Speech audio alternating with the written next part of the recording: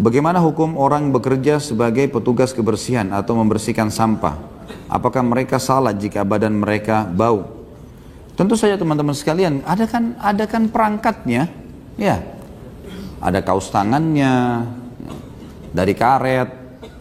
Saya yakin kalaupun perusahaan tidak siapkan, tidak akan dilarang itu. Ya. Bisa kan gitu. Pada saat mereka mau sholat, saya alhamdulillah di Indonesia cukup bagus ya. Artinya teman-teman kita pun yang bekerja sebagai tukang bangunan atau mungkin tukang sampah, saya lihat Masya Allah pada saat mereka masuk masjid sering saya temukan mereka bawa kresek, ganti sarung, ganti baju, ada yang masuk ke kamar mandi masjid, mereka mandi. Saya biasa temukan itu. Ini satu hal yang positif gitu. Kalau sementara orang lagi bekerja, itu lain. Kan mungkin bisa saja belepotan, kotor, itu adalah hal yang wajar gitu. Jadi tidak ada masalah dengan kalau memang dalam kondisi kita lagi bekerja, gitu kan? Kalau lagi bekerja. Yang saya maksudkan tadi adalah kalau kita lagi keseharian. Bagaimana sunnah Rasulullah SAW pada saat buang air kecil? Adakah adab-adab tertentu seperti tidak boleh menghadap kiblat dan lain-lain? Apakah Rasulullah SAW buang air kecil dengan berjongkok atau berdiri? Karena saya pernah baca bahwa Rasulullah SAW buang air kecil dengan berjongkok. Apakah ada hadis sahih tentang ini? Tentu saja iya. Adab-adab dalam buang air kecil adalah pertama tidak boleh menghadapi, sebenarnya buang air kecil dan buang air besar ya, dua-duanya. Kalau masuk dalam khala namanya, tempat membuang dua najis ini. Nabi SAW melarang kaum muslimin untuk menghadap atau membelakangi kiblat. Itu riwayat sahih. Yang kedua, juga Nabi SAW menganjurkan agar laki-laki dan perempuan dua-duanya membuang ini kotoran ini sambil duduk ya.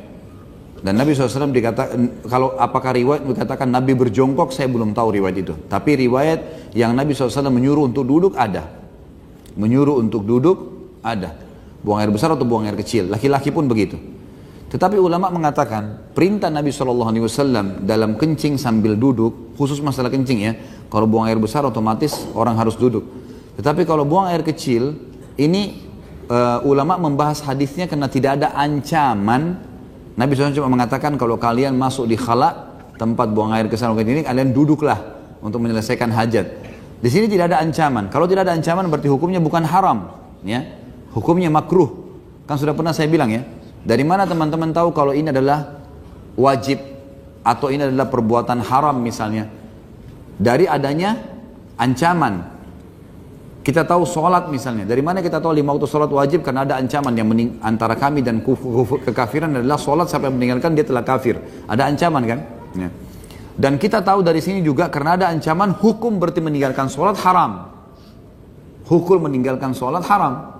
Berarti wajib dan haram kita bisa pahami dari adanya ancaman. Kita tahu dari mana dia sunnah atau dia hukumnya makruh. Sunnah adalah sesuatu yang diperintahkan, dimotivasi tapi tidak ada ancamannya. Siapa yang menjaga 12 rakaat sehari semalam, Allah akan bangunkan baginya istana di surga, gitulah. Udah, berarti tidak ada ancaman. Yang berarti hukumnya sunnah. Makruh itu juga larangan-larangan yang tidak diikuti dengan ancaman. Seperti misalnya, janganlah kalian makan dan minum sambil berdiri. Begitu saja hadisnya. Enggak ada ancaman misalnya nanti kena laknatnya Allah, murkahnya Allah. Nah, itu jadi haram tadi. Makanya makan dan minum berdiri adalah hukumnya makruh.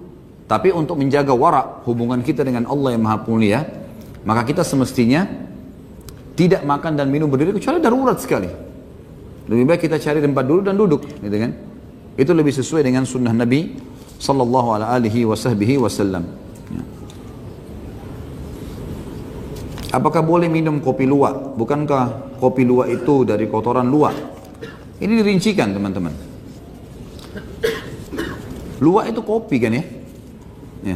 Apa namanya, luwak itu hewan semacam serigala ya, musang ya, musang. Memang hewan musang ini dia paling hobi dengan kopi yang wangi. Kenapa ada kopi luwak? Saya pernah baca bukunya, sejarahnya. Ternyata memang hewan ini dia mencari di pohon kopi itu, dan dia tahu dengan ciuman dia tahu ini kopi yang matang, yang bagus atau enggak. Maka dianggap oleh para pedagang kopi luwak ini, kalau luwak yang pilih, dia konsumsi dari sekian banyak biji kopi, maka berarti itu yang terbaik, gitu kan? Itu yang terbaik. Maka dianggap kalau sudah diambil oleh luwak, kemudian luwak keluarkan di kotorannya, maka dianggap itu tetap yang terbaik. Gitu. Begitu bahasanya. Maaf, kalau saya tidak minum kopi luwak. Kalau saya pribadi. Bukan masalah mahal, sudah lewat perut dan kotorannya hewan. Gitu. Ya. Tetapi ulama merincikan tentang masalah hal seperti ini. Sama di Indonesia juga ada durian gajah. Tahu nggak? Tahu. Nah, itu gajah, prosesnya gajahnya mengambil dari pohon durian, dililit dengan hidungnya, jadi dia ngambil rumput dulu, kemudian dililit di durian itu supaya tidak menusuk dia, terus ditarik. Kemudian oleh gajah ini ditelan mentah-mentah. Duriannya itu mentah-mentah. Nanti keluar juga, maaf, dari duburnya begitu utuh. Namanya durian gajah. Jadi antum jangan sembarangan beli durian dulu. Nah itu namanya durian gajah. Kenapa jadi mahal harganya? Karena proses masuk dari mulut gajah keluar dari dubur gajah. Itu yang buat dia mahal. Nah sama dengan luwak ini. Baik, sekarang yang kita tanya hukum syar'inya. Bagaimana hukum syar'i? Kalau biji kopi luwak itu, dasarnya kopi itu masuk ke dalam perutnya, keluar dari duburnya utuh, tidak pecah, utuh kopinya, nggak pecah sekali lagi, berarti dia dianggap suci, tidak terkontaminasi dengan kotoran, dan dia dianggap tetap halal sebagaimana kopi awalnya halal. Ini kalau tidak salah juga saya baca di salah satu fatwa MUI kita. Kalau dia keluar utuh maka dia dianggap suci. Yang itu. Kalau dia pecah teman-teman sekalian, sempat pecah, maka dikhawatirkan karena musang ini kan bertaring. Dia tidak boleh dikonsumsi dagingnya. Dan masuk ke dalam perutnya berarti terkontaminasi dengan kotoran. Semua yang dilarang makan dagingnya, yang berhubungan dengannya jadi haram. Transaksinya kah, kulitnya kah, kan gitu. Lemaknya kah, kukunya kah, pokoknya semua jadi haram gitu kan. Karena haram dikonsumsi dagingnya. Sebaliknya semua yang halal dagingnya halal dikonsumsi kulitnya lah, apalah segala macam. Nah ini hal-hal mendasar harus diketahui. Nah kalau dia pecah berarti dia terkontaminasi dengan hal yang haram di bagian tubuh hewan itu. Dan ini sebenarnya butuh rincian betul-betul ya, artinya betul-betul harus dipastikan memang kopi itu betul-benar nggak, dia tidak pecah. Dan sekarang ini sebenarnya lebih mudah untuk memastikan, karena saya dapat informasi teman-teman pedagang kopi luwak ini memang sudah memelihara musang secara khusus, gitu kan? Kemudian mereka punya kebun kopi dan musang itu dilepaskan di situ. Jadi memang di dalam peternakan mereka. Jadi lebih mudah sebenarnya kalau betul-betul mau disampaikan hukum syariah, masalah pecah atau tidak pecah kopi itu. Tapi ini saran saya, jangan dipelintir apa-apa. Silahkan mau minum kopi luwak boleh. Ya, saya bilang dari awal gitu kan. Tapi kalau masih ada kopi lain, lebih baik. Ada apa harus masuk dulu ke perutnya luwak ini? Allahu alam ya. Ini jangan lagi bilang tidak boleh ya. Ini suka pelintir-pelintir macam-macam. Jika kita sudah selesai mandi junub tapi tiba-tiba air mandi kita keluar lagi, apakah kita mengulangi mandi junubnya? Iya. Iya. Karena penyebab mandi junub mani. Antum berhubungan atau tidak berhubungan dengan istri, keluar mani, wajib mandi. Berarti penyebab mandi apa? Mani. Kalau kita sudah mandi pun masih keluar berarti harus mandi lagi. Gitu kan? Makanya pada saat memang seseorang itu dipastikan junub, maka dia sama dengan kencing tadi, dipastikan dia batuk, dia berusaha untuk ya membersihkan kemaluannya supaya tidak ada lagi tetesan. Jika kita menahan buang angin ketika sholat dan angin tersebut masuk lagi,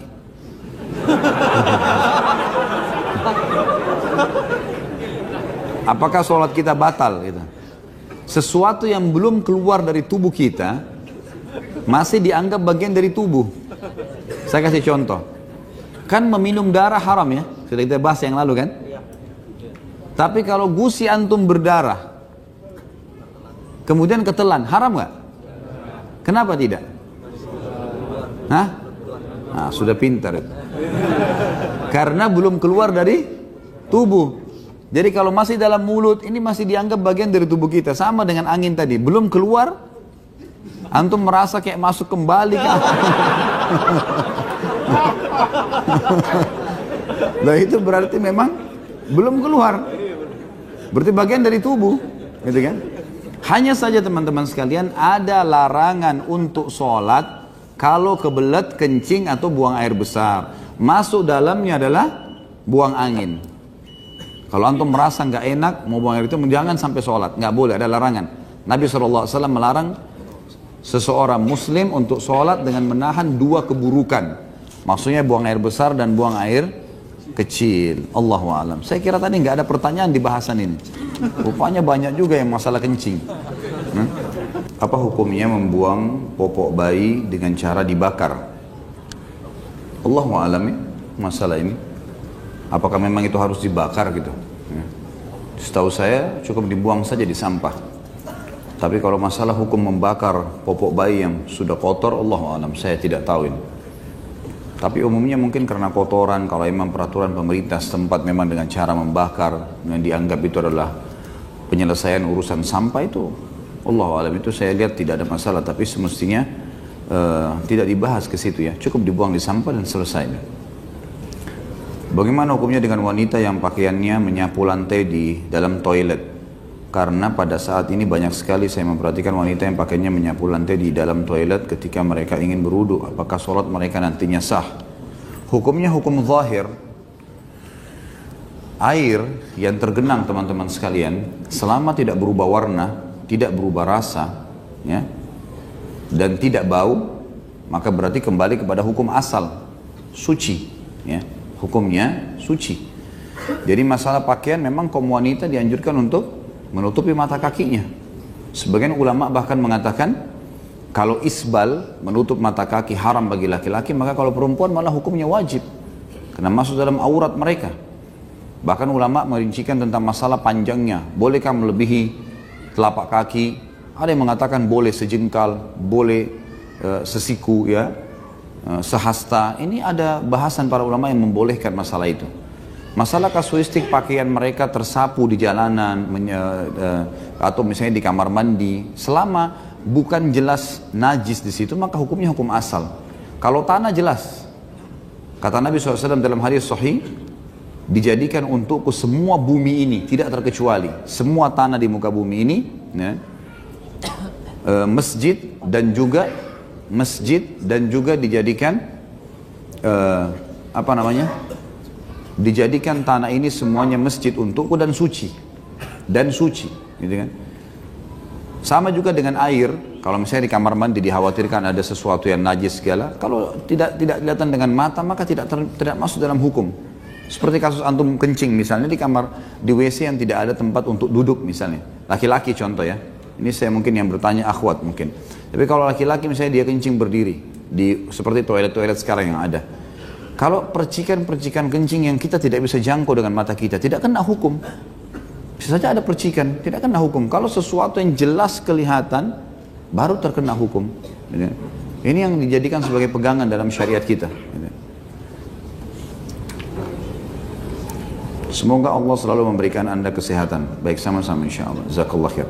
Saya mau tanya, kalau masa mens sudah selesai dan sudah mandi bersih, lalu berhubungan badan atau berjima, tapi besoknya ada keluar lagi mensnya sedikit atau flek, itu hukumnya bagaimana? Karena kalau sudah pakai KB spiral biasanya selalu mens sekitar 8 hari. Tapi kalau hari ke-9 sudah bersih total, pas habis junub besoknya sudah keluar lagi fleknya. Mohon penjelasan. Sebenarnya ini harus dikomunikasikan sama dokter dulu. Apakah flek yang keluar itu masih bagian daripada darah nifas, darah haid? Kalau dokter memastikan masih darah haid dan dia masa yang tadinya sebelum suntik KB atau spiral 6 hari dan setelah suntik mungkin dia akan bertambah sampai 7-8 hari, hanya jedah waktunya, misal tetesan flek terakhir di hari-hari terakhir haid itu biasanya hanya 3 tetes, misalnya 3 tetes, 3 titik misalnya. Kemudian setelah suntik KB atau menggunakan spiral, dia cuma keluar tetes tapi bertambah harinya, berarti masih bagian daripada haid. Dan ini dokter yang tahu, tidak ditanyakan kepada para ulama tentang masalah seperti itu atau para dai, karena memang mereka lebih tahu tentang sisi medisnya. apakah itu darah haid atau bukan, gitu ya. Tetapi kalau ada orang tidak menggunakan KB, normal haid bulanannya 6 hari. Kemudian berjalan waktu, mungkin setahun, 2 tahun setelah menikah, normal biasa 6 hari haid tiba-tiba menjadi 7 hari atau terjadi 8 hari. Maka hari ke-7 dan hari ke-8 dihitung dengan istihadhah, bukan haid lagi. Karena normalnya dia 6 hari. Istihadhah hukumnya boleh sholat. Tinggal pada saat keluar mandi, membersihkan lalu kemudian sholat. Boleh berpuasa karena dia hanya istihadhah. Istihadhah itu artinya menyerupai haid. Jadi dilihat sekarang, kalau pertanyaan ini menurut saya Allah alam kembali ke teman-teman medis, ditanya apakah itu masih haid atau tidak. Dan kembali setelah itu ke hukum tadi yang saya jelaskan. Kalau dia masih dalam bagian haid berarti tidak boleh berhubungannya, kalau dia tidak tahu jadi halal. Karena kan tadinya berhubungan, meletakkan kemaluan di kemaluan, kalau haid haram. Nggak boleh, Allah melarang. Allah SWT menyuruh meninggalkan perempuan, menjauhi kemaluannya pada saat itu. A'udzubillahi minasyaitonirrajim, yas'alunaka 'anil mahid qul huwa adzam fa'tazilun nisaa fil mahid. Ini kalau tidak salah surah An-Nisa ayat 222. Kalau tidak salah tentunya.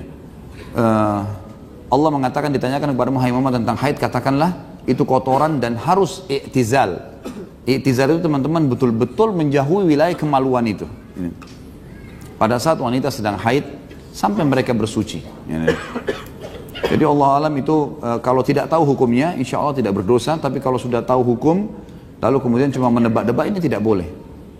Dan pada saat haid, nifas boleh memuaskan pasangan dengan cara lain. Sudah pernah kita jelaskan masalah itu. Ya, sampai sebagian pendapat ulama mengatakan bolehnya oral seks atau onani. Kalau haram kalau laki-laki lakukan sendiri, tapi kalau pasangannya yang lakukan itu tidak berdosa. Di dalam istimta' antara suami istri, maksudnya saling menikmati, dibolehkan kecuali yang haram saja. Meletakkan kemaluan di kemaluan pada saat haid dan nifas, atau meletakkan kemaluan di dubur, hanya itu yang haram. Selain daripada ini, Allah berfirman dalam Al-Quran, A'udzubillahi minasyaitonirrajim, nisa'ukum harthun lakum fa'tu harthakum anna syi'tum wa qaddimu li anfusikum. Istri kalian adalah ladang buat kalian, maka datangilah ladang tersebut sesuai yang kalian inginkan dan dahulukan diri kalian. Kata sebagian ulama adalah dari sisi kebutuhan untuk memuaskan diri, baik itu gerakan, memindah tempat dan seterusnya, itu dianjurkan untuk boleh dilakukan. Saya kalau kencing sudah sesuai dengan sunnah, sudah duduk, sudah dibatukkan, sudah disentil-sentil, apa adanya ya, Pak Yoyo yang tukang sopirnya, sampai tetes terakhir sudah dibersihkan. Akan tapi jika saya berjalan keluar tiba-tiba, sering air kencing saya keluar sedikit dan celana dalam saya basah, apakah saya harus mengganti pakaian dalam, Ustaz? Jika saya tidak membawa pakaian dalam, apakah sholat saya sah? Barakallahu fiik. Wa fika barakallah. Tentu dalam hukum agama tidak ada aibnya bertanya ya. Yang penting betul-betul memang antum membutuhkan hukumnya gitu. Karena Allah Subhanahu wa taala menjelaskan tentang beberapa sahabat yang sempat malu bertanya, lalu Allah mengatakan, A'udzubillahi minasyaitonirrajim, innallaha la yastahi ay yadriba mathalan ma ba'udatan fama fawqaha.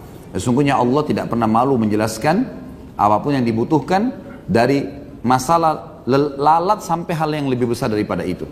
Supaya mereka bertanya, tapi memang betul-betul dibutuhkan gitu kan.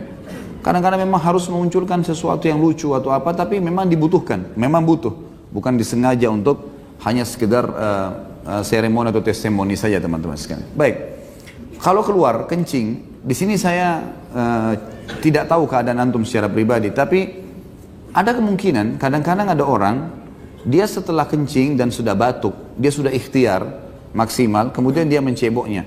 Biasanya tetesan air di sisa zakar itu ada, sehingga pada saat dia pakai celananya basah dari tetesan air, mungkin bukan dari kencing.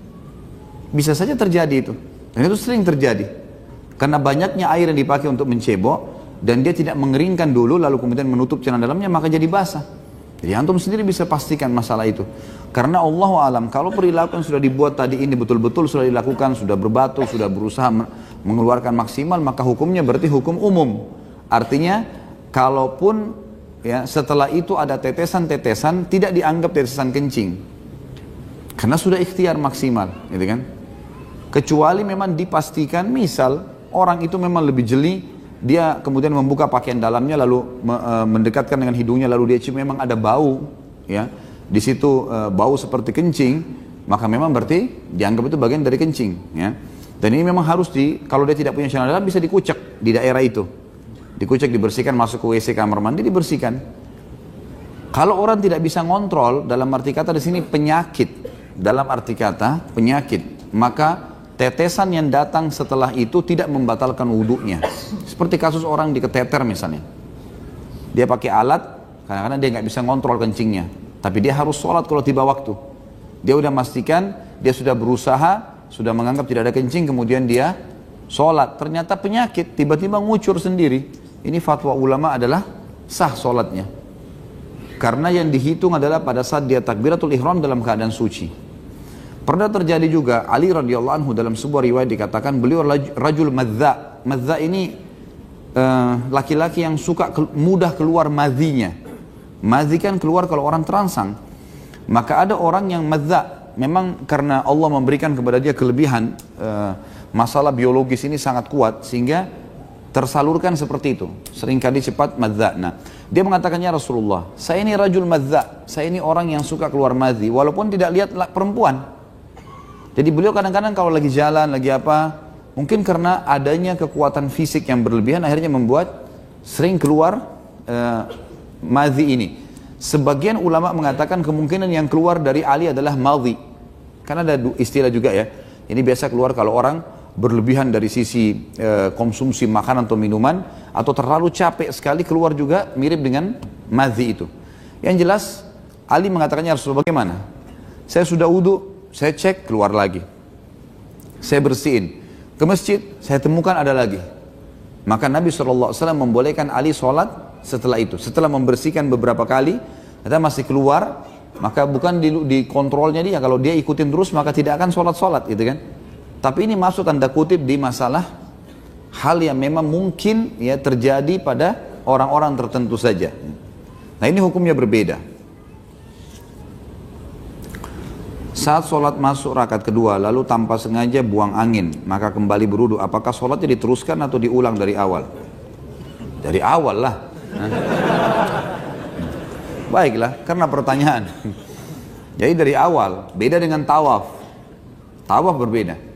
Kalau tawaf di Ka'bah, kalau antum sudah berhasil menyelesaikan satu putaran dari Hajar Aswad ke Hajar Aswad lagi, baru memulai tawaf kedua keluar angin, maka antum wudu kembali melanjutkan, tinggal mengulangi tawaf yang batal saja.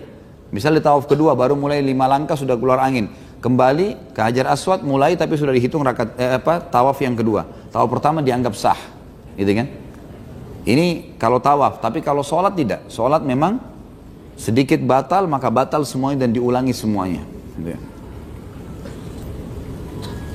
Ini sudah kita jelaskan apa bedanya mani sama madhi ya. Kalau madhi adalah keluar pada saat orang terangsang, kalau mani keluar pada saat klimaks. Dan perbedaannya memang ulama fikir rincikan dengan kentalnya dan warna gitu.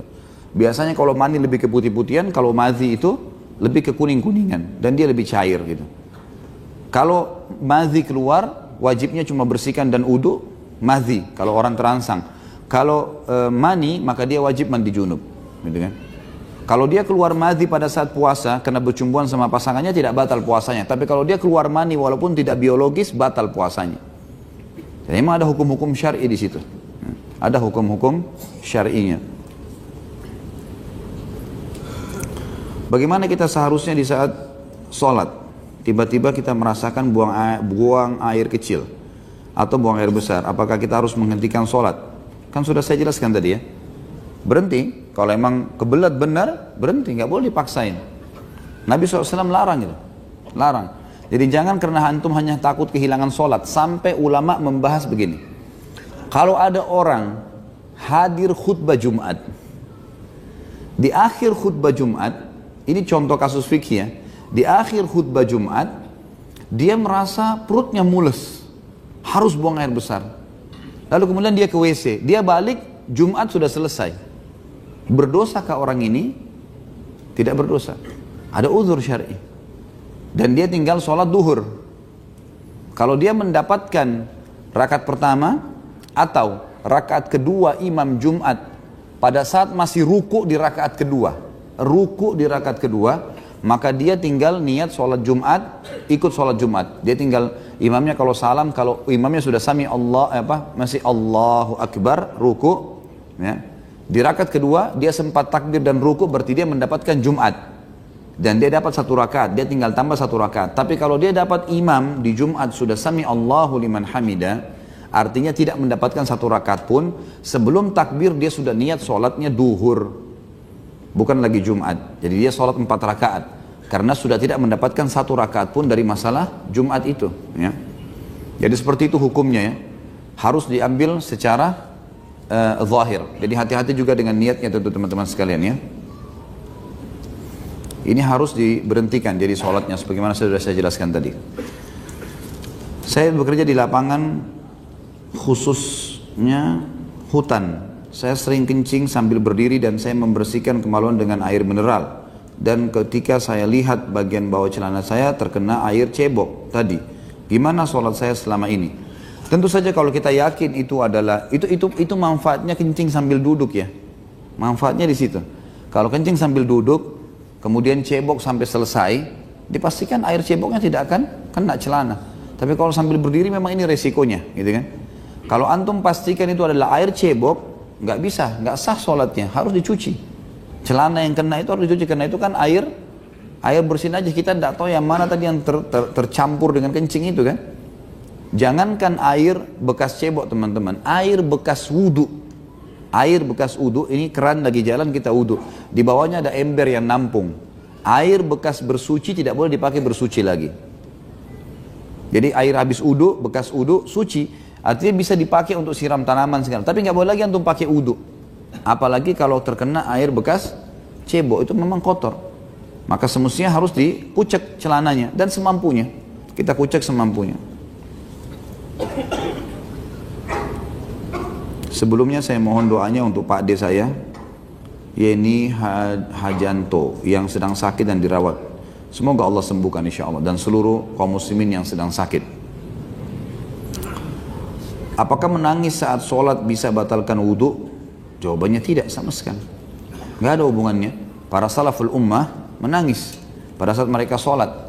Ya, Abu Bakar itu terkenal, setiap sholat begitu terlintas ayat apapun menyentuh langsung nangis. Dan itu sudah kebiasaan.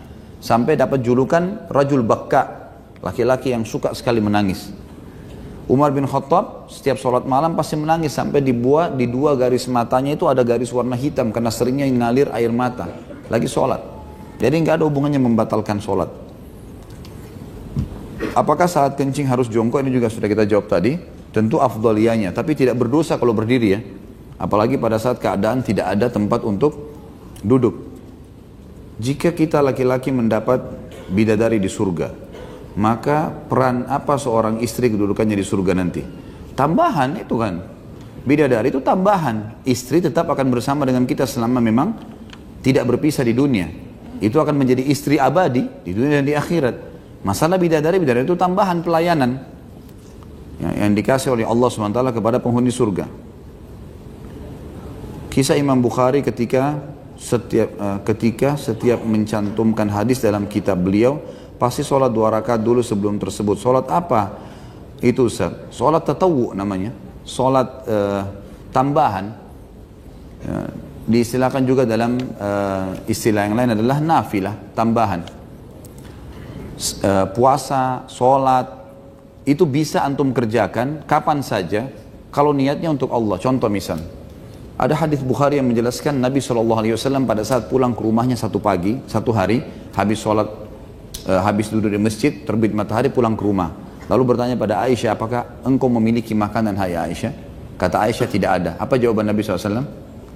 Kalau gitu aku puasa. Apa yang dikatakan oleh para ulama hadis? Yang dimaksud sabda Nabi SAW, hari ini aku puasa, ini bukan hari Senin Kamis ini. Karena kalau hari Senin Kamis, Nabi SAW nggak perlu tanya Aisyah ada makanan atau tidak. Memang beliau biasa puasa. Karena dalam riwayat Bukhari yang lain dikatakan, Aisyah berkata, karena Nabi SAW yataharra saum yom itsnin wal khamis. Nabi SAW itu selalu mengejar dan menjaga Senin Kamis. Artinya nggak pakai tanya lagi. Berarti Nabi SAW pulang ke rumah Aisyah bukan Senin Kamis, hari lain. Lalu kemudian beliau tanya istrinya ada makanan, istrinya mengatakan tidak ada. Lalu beliau mengatakan kalau gitu saya puasa. Puasa apakah ini? Ya puasa umum untuk Allah. Namanya puasa tambahan. Sama antum ulama mengatakan kalau habis wudu, masuk masjid, sholat wudu atau sholat duha, tiba-tiba merasa ingin mendekatkan diri dengan Allah dengan sholat. Niat sholat umumnya, tatawu namanya, tambahan. Sholat biasa, niat karena ingin mendekatkan diri sama Allah. Dibolehkan sholat sunnah begitu. Sebagaimana tadi juga puasa yang dikerjakan oleh Nabi SAW. Nah ini yang dikerjakan oleh Imam Bukhari. Ada sebagian ulama mengatakan yang dilakukan Imam Bukhari adalah istikharah. Adalah istikharah, minta petunjuk kepada Allah agar hatinya tenang. Dan ini Allah alam yang lebih tepat sebenarnya. Apa hukumnya jika membersihkan dengan batu setelah buang air besar? Soalnya dalam hadis saya pernah baca penjelasan tersebut. Kan ada istinja, ada istijmar, kan gitu. Istinja menggunakan air, istijmar menggunakan benda kering, batu atau daun. Kalau sekarang mungkin masuk dalamnya tisu, kan gitu. Yang dianjurkan adalah istinja, menggunakan air, gitu kan? Selalu menggunakan air, karena air ini jelas alat untuk mensucikan diri kita dari najis. Kalau tidak ada air, baru kita pindah ke istijmar tadi, menggunakan batu atau daun. Dan dibolehkan menggabungkan keduanya. Setelah mencuci dengan air, kita melap lagi dengan batu yang kering atau daun atau sekarang tisu. Karena Allah subhanahu wa ta'ala memuji penduduk Kuba, Masjid Kuba. Di sekitarnya itu ada orang-orang yang beriman kepada Nabi SAW, sahabat-sahabat Nabi SAW, yang Allah mengatakan dalam Al-Quran, A'udzubillahi minasyaitonirrajim, la masjidun ussisa ala taqwa min awwal yawmin ahaqqu an taquma fihi rijalun yuhibbuna an yatatahharu. Al-ayah. Masjid yang paling layak kau berdiri di situ hai Muhammad, masjid yang pertama kali dibangun di asas ketakwaan, maksudnya Masjid Kuba. Di sekitarnya ada laki-laki yang suka sekali bersuci. Kata ulama tafsir riwayat Ibnu Abbas radhiyallahu anhuma, bahwasanya penduduk Kuba selalu menggabungkan antara istinja dengan istijmar. Mereka setelah cebok dengan air, mereka masih membersihkan lagi dengan batu, dan Allah memuji mereka dengan itu. Artinya boleh menggabungkan keduanya. Tapi kalau ada air, maka sudah mencukupi suci dengan batu, tidak usah lagi batu. Tapi tidak boleh batu kalau ada air. Gitu. Jelas ya? Alhamdulillah. Bagaimana menurut Ustaz tentang amalia istishhadiyah? Ini teman-teman sekalian sama, bom bunuh diri maksudnya. Ya. Amalia istishhadiyah ini maksudnya orang bagaimana mencari mati syahid dengan proses tadi. Umumnya ini digunakan untuk orang-orang yang bom bunuh diri. Ini tidak boleh dalam syariat. Tidak boleh teman-teman sekalian. Membom diri berarti sama saja membunuh diri. Allah mengatakan dalam Al-Quran, A'udzubillahi minasyaitonirrajim, wala tuhliku anfusakum. Jangan kalian membunuh diri-diri kalian. Ya. Dan kita lihat proses-proses yang dilakukan di zaman Nabi SAW adalah mereka berperang, melawan. Nanti kalau tertusuk, terkena panah, baru dianggap mati. Kalau zaman sekarang kita bawa bom di medan perang, lempar ke musuh, kalau kita kena percikannya mati, baru mati syahid. Tapi bom diri, ini nggak bisa. Gitu kan? Pada saat terjadi perang Khaybar, baginda Nabi SAW sempat menemukan beberapa manjanik namanya.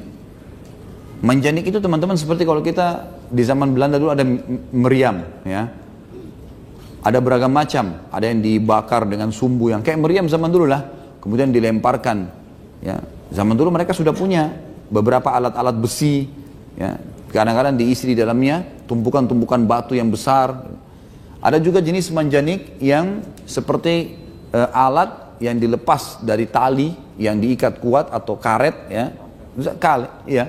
Kemudian dilemparlah batu itu dengan jarak jauh, gitu kan. Nah itu Nabi SAW temukan di benteng Khaybar. Ada manjanik besar, bisa manusia dilempar dari situ. Ada manjanik yang Nabi SAW sampai dapat di satu benteng Yahudi. Kan bentengnya mereka banyak, 9 atau 10 benteng. Waktu Nabi SAW menembus sampai 5 benteng, ada satu benteng itu penuh dengan senjata itu. Penuh, benteng yang luas penuh dengan manjanik ini. Dan ada di antara manjanik ini yang manusia bisa masuk di situ. Bisa ditaruh, bisa dilempar manusia itu. Gitu kan? Tapi subhanallah, tidak Nabi SAW suruh siapapun sahabat untuk dilempar dengan alat itu ke musuh supaya dia bisa, ya, melawan musuh. Sama kita sekarang membom diri lah gitu ya. Tidak disuruh. Ada sebagian di antara teman-teman ini memberikan, semoga Allah berikan hidayah, beristidlal bahwasanya pernah ada sahabat Nabi yang minta dilempar dirinya untuk masuk ke dalam benteng musuh, gitu kan? Tapi itu pada saat diminta dilempar ke dalam benteng musuh, beliau tidak dilempar untuk membunuh dirinya. Beliau pada saat dilempar karena melihat pintu gerbang musuh itu tidak terbuka-buka, gitu kan? Maka beliau minta agar dilempar ke atas benteng, lalu beliau memang berhasil. Setelah tiba di sana, beliau turun melawan orang-orang yang menjaga pintu gerbang sampai membuka pintu gerbang. Tapi bukan melempar di tumpukan musuh yang akhirnya musuh membacot-bacot atau membunuh mereka, enggak. Jadi harus difahamin, meletakkan dalil harus pada tempatnya. Yang dilakukan pun oleh teman-teman kita di Palestina pun, itu umumnya ulama menolak, umumnya. Cuma 1-2 orang yang ini pun belum dianggap sampai pada tingkat orang-orang yang boleh memberikan fatwa, karena bertolak belakang dengan umumnya ulama yang mengatakan tidak boleh kasus membom diri, teman-teman sekalian. Jadi lawanlah musuh, normal, gitu kan? Kemudian kalau terbunuh insya Allah dia dianggap mati syahid. Allahu a'lam.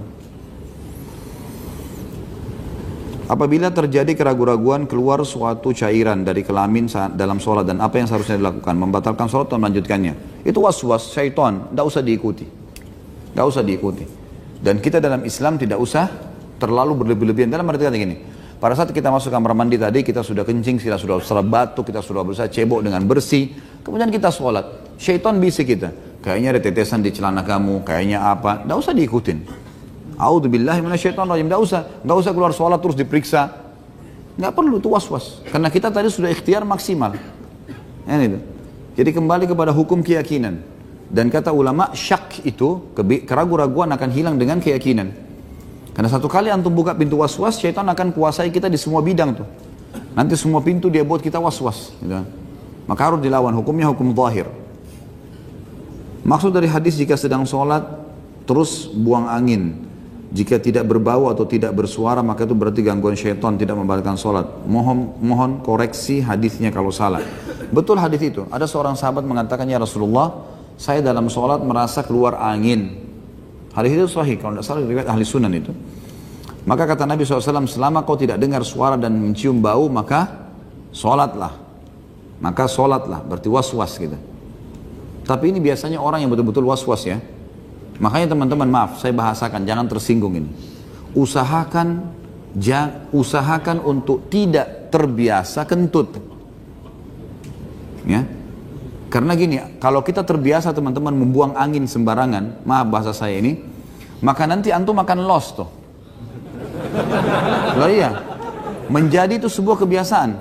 Coba kalau antum tidak lakukan itu kecuali memang darurat dia mau keluar, biasanya orang di WC memang di tempatnya. Orang ini kita temukan sepanjang hari dia tidak terganggu. Iya, tapi kalau orang sudah membuka pintu itu teman-teman, misalnya dia biasa bercanda sama temannya, sengaja dikentutin temannya.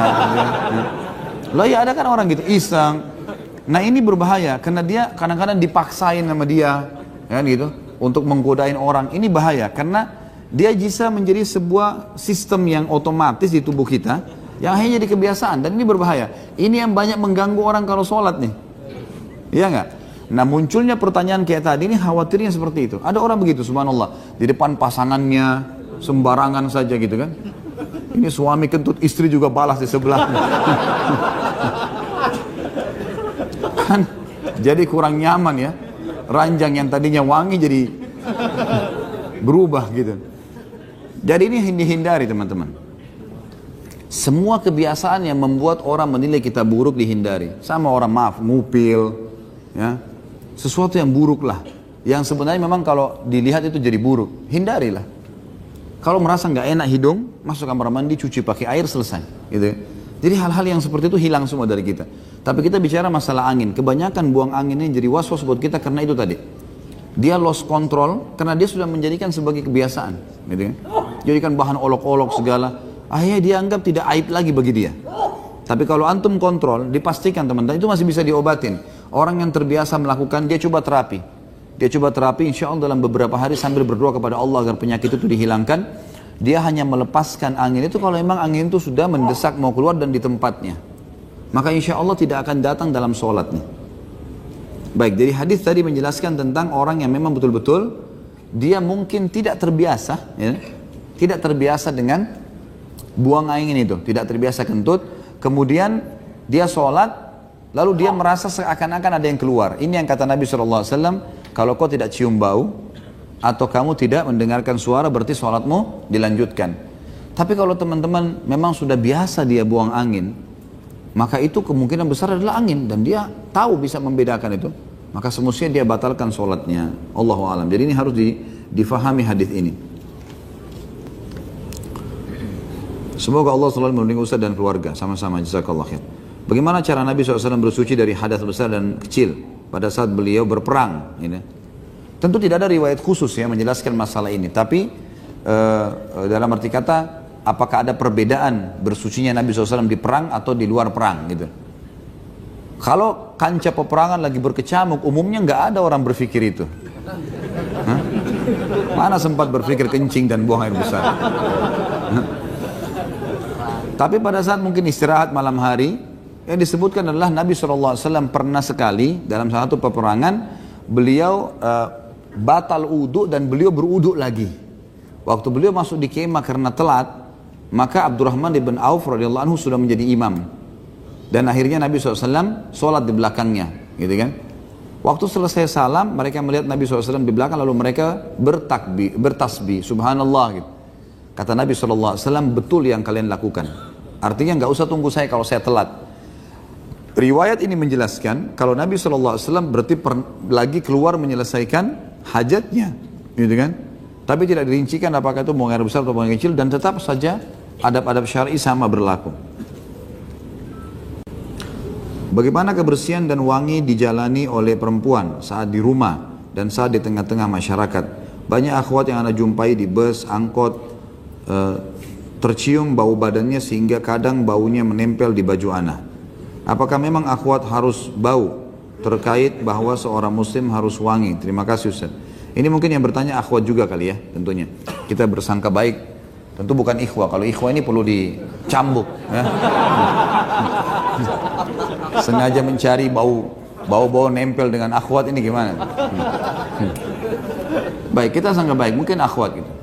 Tentu saja wangi-wangian dalam Islam dianjurkan sebagaimana saya bilang tadi. Tetapi beda antara wangi-wangian laki-laki dan wangi-wangian perempuan.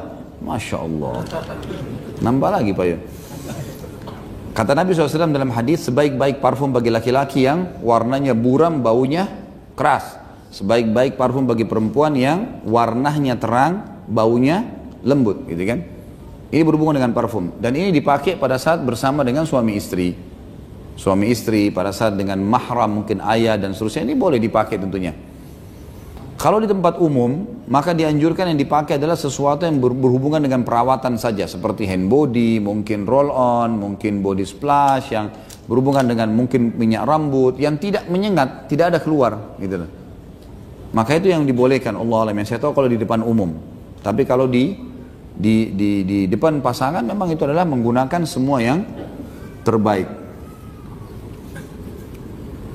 Apakah kita harus berhati-hati menerima donor darah juga terkait dengan haramnya daging babi? Karena darah pendonor harus dicek untuk penyakit-penyakit tertentu, bukan apa yang dikonsumsi pendonornya. Terima kasih. Hafwan, ini materi minggu lalu. Tentu saja ya, alangkah baiknya kalau menerima donor darah, memang donor darah itu jelas dari sumber yang jelas gitu. Ulama membedakan antara menerima donor darah dan donor ASI.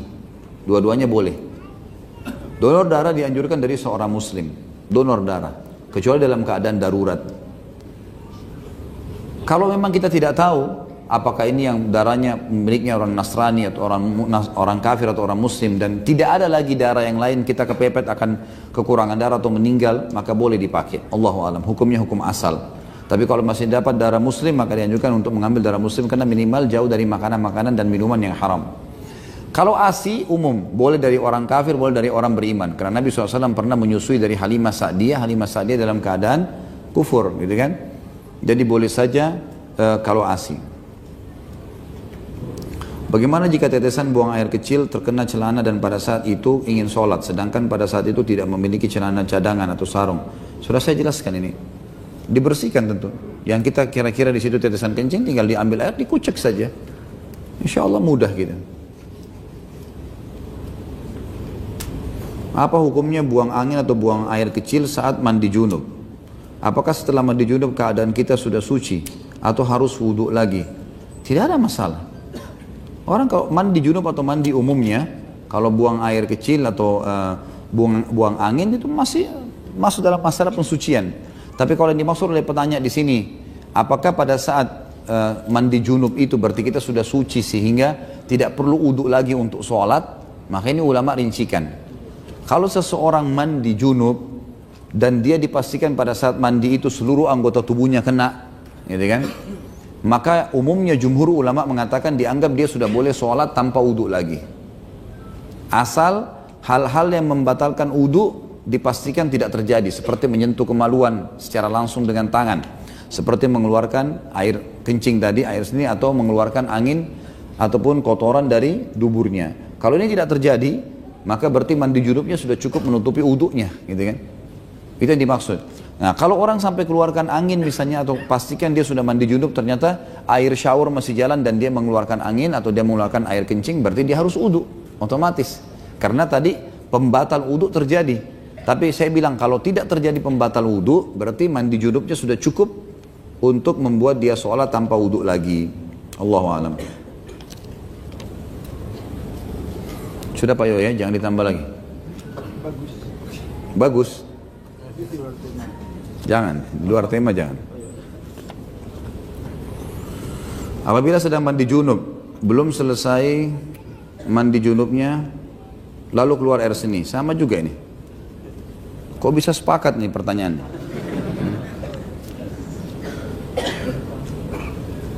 Ini juga sama. Bagaimana cara membersihkan tetesan kencing? Ya semampunya, ambil air tadi saya bilang dikucek semampunya. Hukumnya hukum umum insya Allah.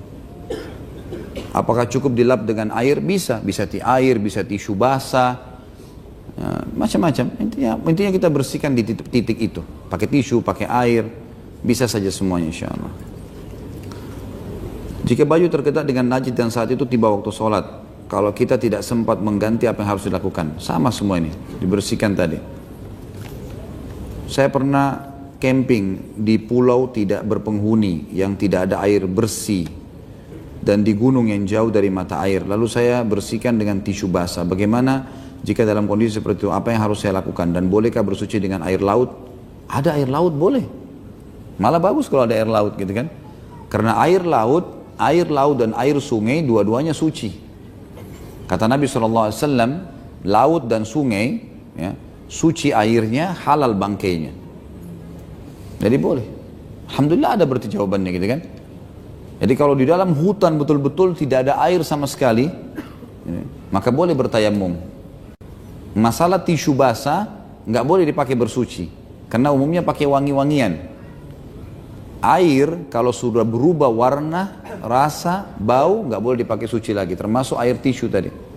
Ya. Kalau pakai suci berudu ya, tapi kalau dipakai membersihkan boleh, nggak ada masalah. Kayak tadi membersihkan celana misalnya. Jadi di sini dilihat keadaan. Kalau tidak ada air sama sekali, maka boleh bertayamum. Bagaimana dengan wasir Ustaz? Apakah dapat membatalkan puasa? Dan adakah obat secara agama? Tentu saya tidak batalin puasa. Kan tidak ada hubungannya dengan dia membatalin puasa. Puasa itu batal kalau sesuatu yang masuk dari luar ke dalam. Ya, bukan dari dalam keluar. Kalau orang muntah misalnya, tidak batal puasanya sampai dia tertelan kembali. Ada sesuatu misalnya yang tertelan, maka itu baru batal. Dari luar masuk baru batal. Kalau dari dalam keluar enggak. Sama dengan wasirin. Kalau pengobatan, Allahu a'lam, ini lebih baik saya sarankan penanya kembali kepada pengobatan ala Nabi SAW. Itu tulisan Ibnu Qayyim rahimahullah. Cuma saya lupa penerbitnya apa. Kalau nggak salah bukunya hardcover sekitar 60.000 lah harganya. Pengobatan Nabi SAW. Bagus sekali. Bukunya ada, saya juga milikin itu. Penulisnya Ibnu Qayyim rahimahullah. Di situ kalau nggak salah dirincikan banyak penyakit dan metode pengobatannya. Nenek saya sudah lumpuh, sulit bangun wudu. Bagaimana cara bersucinya? Kemudian beliau juga sudah pakai popok. Bagaimana hukum sholatnya? Tentu saja wudu semampunya. Misal cucunya mengusapkan, kan wudu itu tidak harus gebiar-gebiur air. Bisa diambil dengan telapak tangan, seperti pernah saya bilang, kalau dalam keadaan darurat kayak lagi tawaf batal wudu, bisa dipakai dengan 1 gelas air zam-zam cukup untuk wudu. Disentuhin, diusapin di tempat-tempat yang wudu ini, yang penting sudah terasa basah, dan lakukan yang wajibnya satu kali saja cukup. Jadi si anak ini, si cucu ini bisa mengambil dengan tangannya atau menggunakan WhatsApp, gitu kan? Yang bersih tentunya dicelupkan di air lalu kemudian diusapkan di tempat-tempat ini. Kumur-kumur diberikan secukupnya, semampunya. Kalau dia nenek ini sudah sangat tua tidak bisa lagi kumur-kumur, maka diambilkan air disentuhkan di antara gigi-giginya dengan jari si cucu ini, gitu kan? Di antara gusinya, kemudian hidungnya sedikit disentuhkan semampunya, secukupnya. Kata Nabi SAW, ittaqullaha mastata'tum. Bertakwalah kepada Allah semampu kalian, gitu kan? Cukup dengan cara itu. Kemudian diusapkanlah anggota-anggota tubuh yang lain yang memang dibutuhkan wudhu, lalu kemudian dibiarkan beliau sholat. Masalah kasus pakai popok sama dengan kasus orang yang diketeter, ya, sama hukumnya. Artinya memang nggak bisa, kalau tidak pakai itu malah dia bisa mengotori dirinya sendiri. Maka nggak masalah sholat dalam kondisi dia. Ittaqullaha mastata'tum, kata ulama. Hadis ini jelas sebagai hukum orang-orang yang dalam keadaan darurat begini. Ketika orang mandi junub, ada wudhu di dalamnya. Lalu apa hukumnya kalau orang sholat setelah mandi junub? Wajib wudhu lagi atau tidak? Sudah saya jelaskan. Asal tidak ada sesuatu yang membatalkan mandinya atau wudhu tadi, mandi junubnya, maka tidak perlu dia wudhu lagi. Ya. Tapi kalau dia mengeluarkan angin tadi, dia kencing lagi, maka itu berarti dia harus wudhu lagi. Bagaimana jika buang angin ketika zikir setelah sholat fardu, berhenti dulu atau diteruskan? Berzikir tidak masalah. Sa'i, kalau tawaf harus wudhu. Karena kata Nabi SAW, at-tawaf bil baiti sholah. Tawaf di rumah Allah sama dengan sholat. Tapi kalau sa'i, nggak ada masalah. Sa'i batal wudhu nggak masalah. Sama halnya dengan orang kalau lagi berzikir batal wudhu. Yang dibahas oleh para ulama adalah kalau lagi membaca Al-Quran. Karena lebih kuat pendapat ulama, Al-Quran harus disentuh oleh orang yang suci. La yamassuhu illa mutahharun. Nggak boleh disuci kecuali, nggak boleh disentuh kecuali orang yang bersuci, dan ulama sepakat mengatakan suci adalah berwudu. Maka kalau batal lagi baca Quran, lebih baik kita berwudu kembali.